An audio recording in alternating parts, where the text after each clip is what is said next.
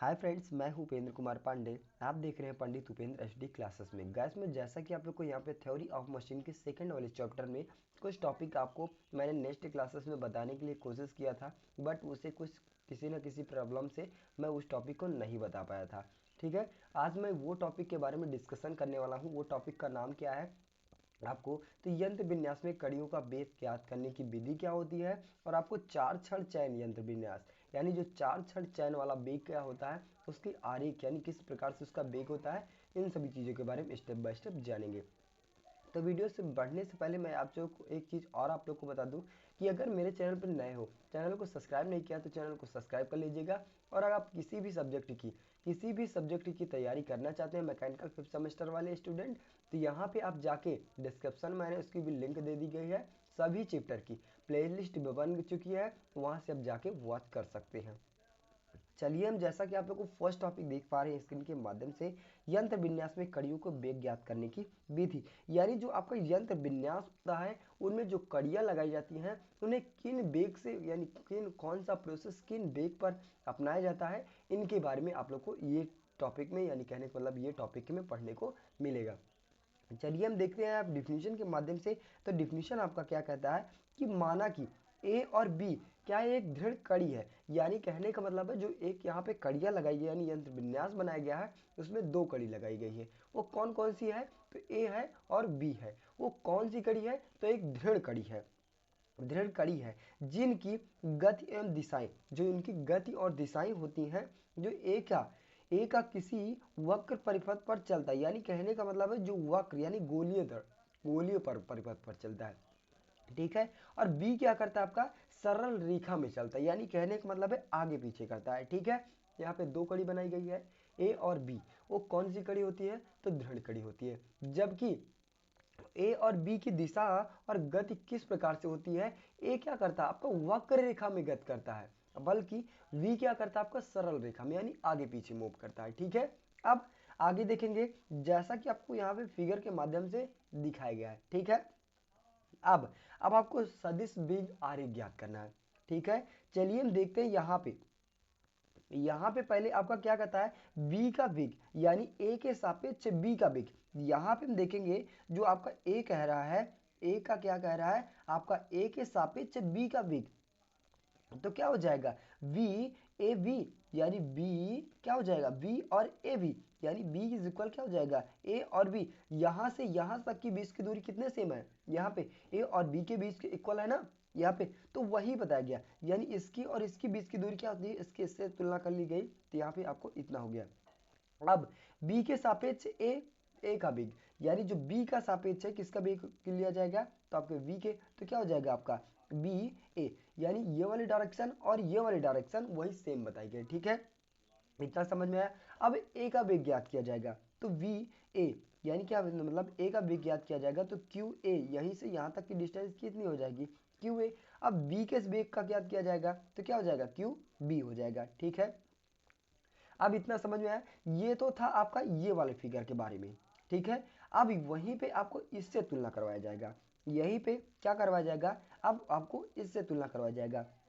अब क्या है VC, BC किसके बराबर है आपका, B और C किसके इक्वल है आपका, तो A B के इक्वल है, यानी BC के इक्वल है कि नहीं है आपका। यहाँ पे देखेंगे जो B और C है किसके इक्वल है, B और C के इक्वल है कि नहीं इक्वल है ना, तो उसी को आपका यहाँ पे कर दिया गया। अब ए और बी किसके इक्वल है, तो यहाँ से बीच की दूरी और यहाँ की बीच की दूरी क्या है आपका सेम है, तो वही आपको इतना कर दिया गया। ठीक, अब नेक्स्ट आता है जैसा कि आप लोग को बी सी। अब बी सी की डिस्टेंस कितनी है, यहाँ पे बी और सी की डिस्टेंस कितनी है, तो बी सी इज इक्वल किसके सापेक्ष किया गया आपका, तो b के सापेक्ष c का वेग ज्ञात किया गया। अब यहाँ पे a के सापेक्ष किसका वेग ज्ञात करना था, तो b का, और b के सापेक्ष किसका ज्ञात करना था, तो a का। अब वहीं पे b के सापेक्ष c का वेग ज्ञात करेंगे, तो वही क्या किया गया, बी सी इज इक्वल कितना दिया गया, बी सी। अब a के सापेक्ष किया गया, तो यहाँ पे a c is equal upon is equal A C हो गया। इतना समझ में आया।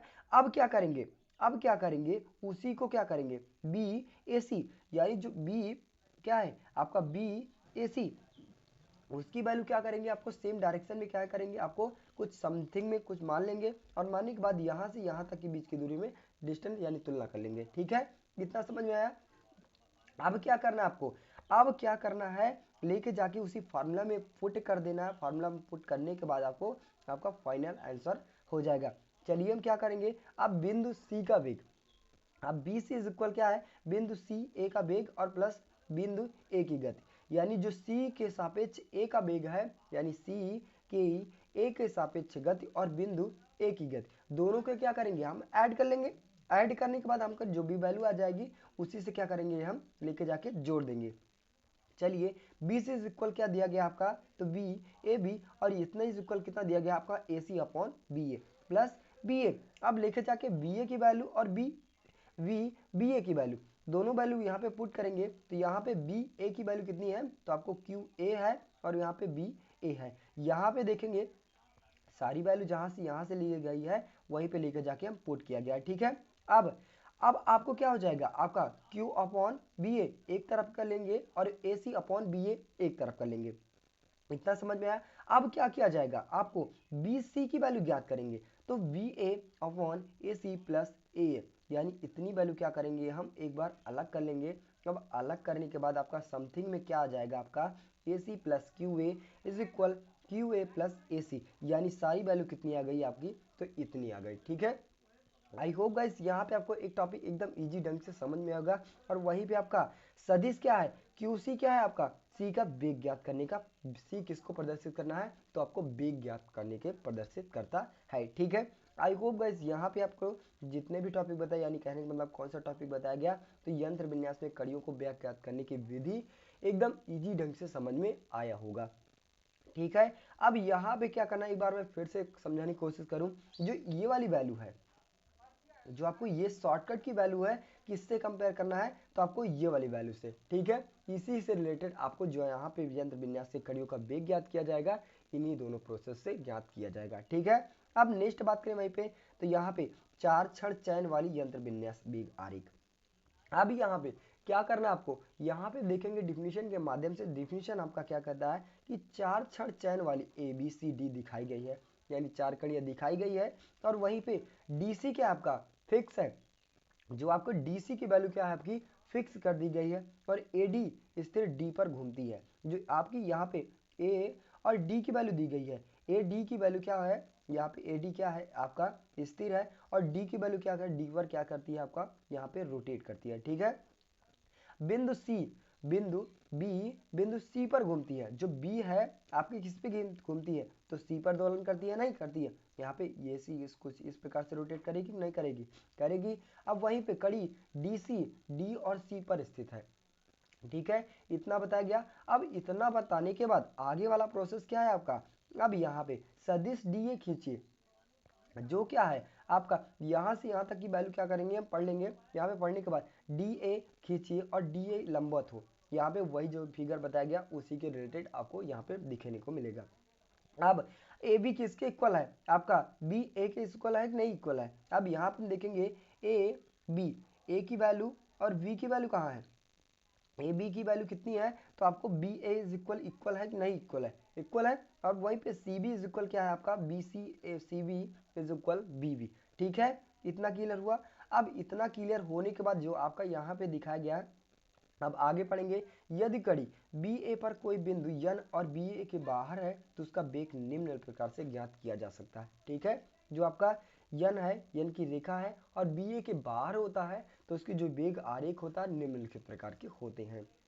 आगे देखेंगे, यन ए तथा यन बी को मिला दीजिए और त्रिभुज यन बी ए के समरूप, यानी कहने का मतलब है यन बी ए, यानी यन बी ए, ये क्या उसके समरूप हो जाता है, आपका त्रिभुज के समरूप हो जा रहा है नहीं हो रहा जा रहा, तो वही को आपको दिखाया गया। और ए एन के लंबवत सदिश रेखा ए एन तथा बी एन के लंबवत बी ए खींचे, जो एक दूसरे पर एन पर काटती है। ठीक है, वही जैसा कि आपको यहाँ से सारी वैल्यू काट रही है। ठीक है, अब क्या करेंगे, बी एन इजुकल क्या आपका बी एन इजुकल बी के सापेक्ष एन का वेग हो जाएगा, और ए एन इजुकल क्या हो जाएगा B A N equal A के सापेक्ष एन का वेग हो जाएगा, और D N equal B N equal D के सापेक्ष एन का वेग हो जाएगा। ठीक है, आई होप गाइज यहाँ पे आपको तीनों टॉपिक, यानी कहने मतलब जो आपका यहाँ पे तीनों टॉपिक बताया गया है एकदम इजी ढंग से समझ में आया होगा। ये आपको किसके माध्यम से देखना है, तो आपको फिगर के माध्यम से।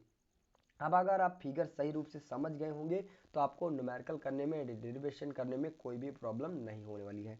ठीक है, तो बस गाइस आज के लिए इतना ही। वीडियो अच्छी लगी हो, चैनल पर नए हो चैनल को सब्सक्राइब कीजिए, ज़्यादा से ज़्यादा शेयर करने की कोशिश कीजिए। मिलते हैं नेक्स्ट वीडियो में, तब तक के लिए जय हिंद।